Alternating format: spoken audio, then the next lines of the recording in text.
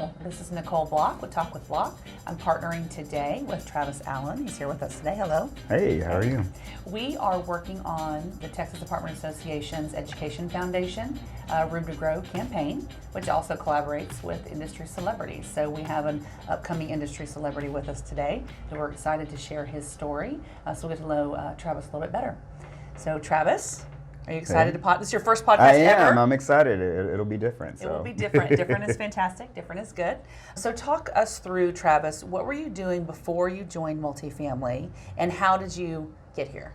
Okay, so I started out actually being a waiter at Black-eyed Pea. Okay. I had just moved to the Dallas area from East Texas, Okay. is where I had been doing a lot of work with call centers. Okay. So kind of transitioning into Dallas, a friend of a friend actually got me into the industry, said, hey, I think you'd be great at this. Okay. Why don't you come on? And it was with a temp agency. Okay, and let's take a step back too for everyone out there. So, a temp agency is a supplier partner that helps, temporarily, fill positions or help people that are working on site, but specifically for multifamily. So it's a great way for you to kind of get to know, kind of see our industry from the inside to decide if you wanted to do it. Yeah, and I enjoyed it. I actually got to a property in Las Colinas where I met Lana Hill. And Lana. Yes, love her. So I've known her my entire journey, which has been 7 years. Okay. She was actually going to be leaving to start with Berkshire. Okay. And wanted to bring me along with her.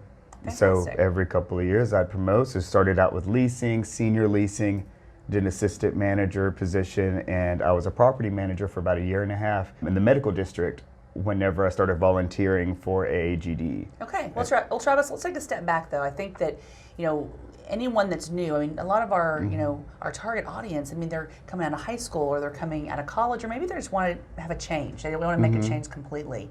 So tell us about what you enjoyed. So whenever, you're a temp, you're working on site, and you're kind of working your way through, those site level roles. What appealed to you in the industry?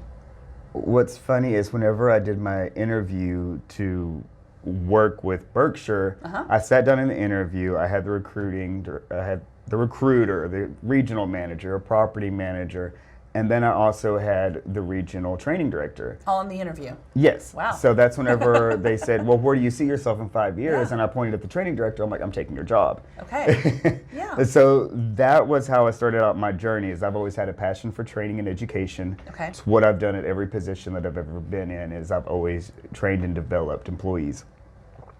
So getting to be on site and working with both the team and working with residents, I really enjoyed.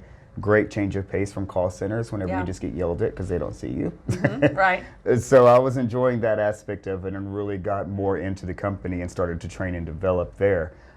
So it was really just working with people and working with such a small, close-knit team that I really liked. It was very personal. Yeah, and so some of the conversations that we've had with your colleagues, some people are focused on their passion being sales. Some people are focused on more of an entrepreneurial approach. Your story is training and development. So we're hoping to illustrate there's so many different ways. If this is truly going to be your career, there's such a breadth of experience and a depth to what this industry offers. So for you to have a training passion and still be able to learn your role in order to teach your role, right? And then really develop that training role. So speaking of that, so where are you now? What are you doing right now? So now I am the fuel education programs manager here for the Apartment Association of Greater Dallas. Fantastic. Fantastic opportunity that I got through volunteering. So I was working on a volunteer capacity with the association. I was actually at a high school doing outreach, so having these conversations with high school students about our industry and why they should take part in it and open possibilities that we had for them. And that's whenever I met Val Thurwanger, who actually had a position open, and a month later I started. Yeah, well, and I think that it's interesting to share with the people listening that, we are partnering with the Texas Apartment Association, and it is a trade association for our industry.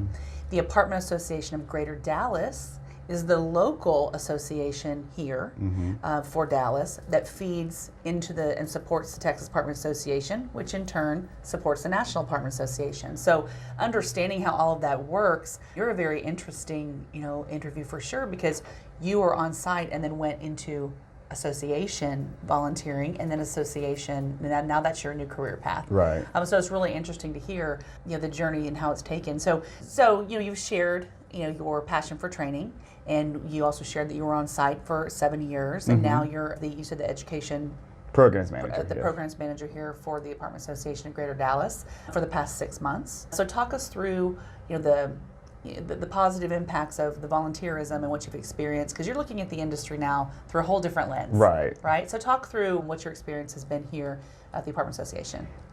The best thing is meeting so many people. Again, it's that personal aspect of it. It's really interesting to work with both the suppliers and with the owner operators. Right. And it's also very interesting to see so many different companies.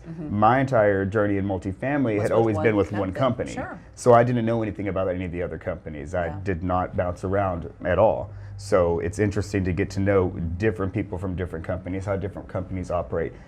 Getting to meet all these wonderful speakers and educators that we have coming into the classes or that we have for the conference. Right. So all of that networking and just the time with all the volunteers, the time with all the members, it's a fantastic opportunity. Well, and that's one of the things we hope to leverage with this podcast series is that, people view the world through their lens, and that's just how it works, right? But if you work at one community, then you think that's probably how, that's how the multifamily world is. Anyone that doesn't know multifamily, we want to show them as many different slices, of life, of day to day with anyone that we're interviewing, so they can figure out how that relates to them. Right. So for you now, you have a different view. Like, you get to see all of the owner operators, you get to see all the supplier partners and how we interact. And I think that's really one of the things that makes multifamily special. Is that we're all competitors, oddly, right? But we're very collegial in our approach. And at the end of the day, we want our industry to be successful. Exactly. So it's very interesting. So I want to ask you maybe one more question before we wrap up. So Travis, you've already been speaking to, you said high school students and potentially college with some outreach. What piece of advice has been the most impactful for you that you've received personally or professionally that you would push forward?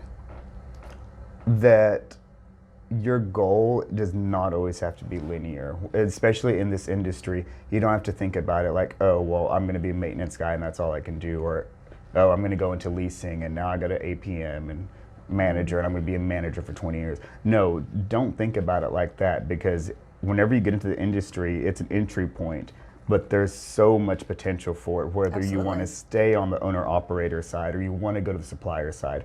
If you enjoy working with computers, then you can go work with one of our partners like RealPage or Yardi and go work with computers, develop software. Yeah. If you enjoy sales, then you can go work with a supplier partner there. Or if you just love being on site and love maintaining the community, then there's opportunities there for you as well. So it's not just a one and done, and that's the best part of this industry. Yeah, I definitely would echo those comments. And for anyone that's looking to get into multifamily, you don't know what you don't know, and that's the point of this series, is to give you an insider's view of the multifamily industry. So yeah, don't put yourself in a box. Don't make it linear. Because that's just going to limit your potential. And we really want to ensure that you have as much opportunity as you want to leverage. Right. So if someone wants to get a hold of you, Travis, what's the best way to do so? So education at aagdallas.com. Fantastic. Well, really appreciate your time Yeah, today. it's been a pleasure. Thank you. And then you can see me at Talk with Block on Twitter, and then I'm also on LinkedIn as Nicolle Block. If you want to get more information on the Room to Grow campaign, in collaboration again with the Texas Apartment Association's Education Foundation and Industry Celebrities, then you'll just need to go to their website. And that's roomtogrowtx.com. And then you can see more about multifamily and learn more stories about the fantastic people like Travis. And we look forward to seeing you in multifamily. Thank you. Thank you.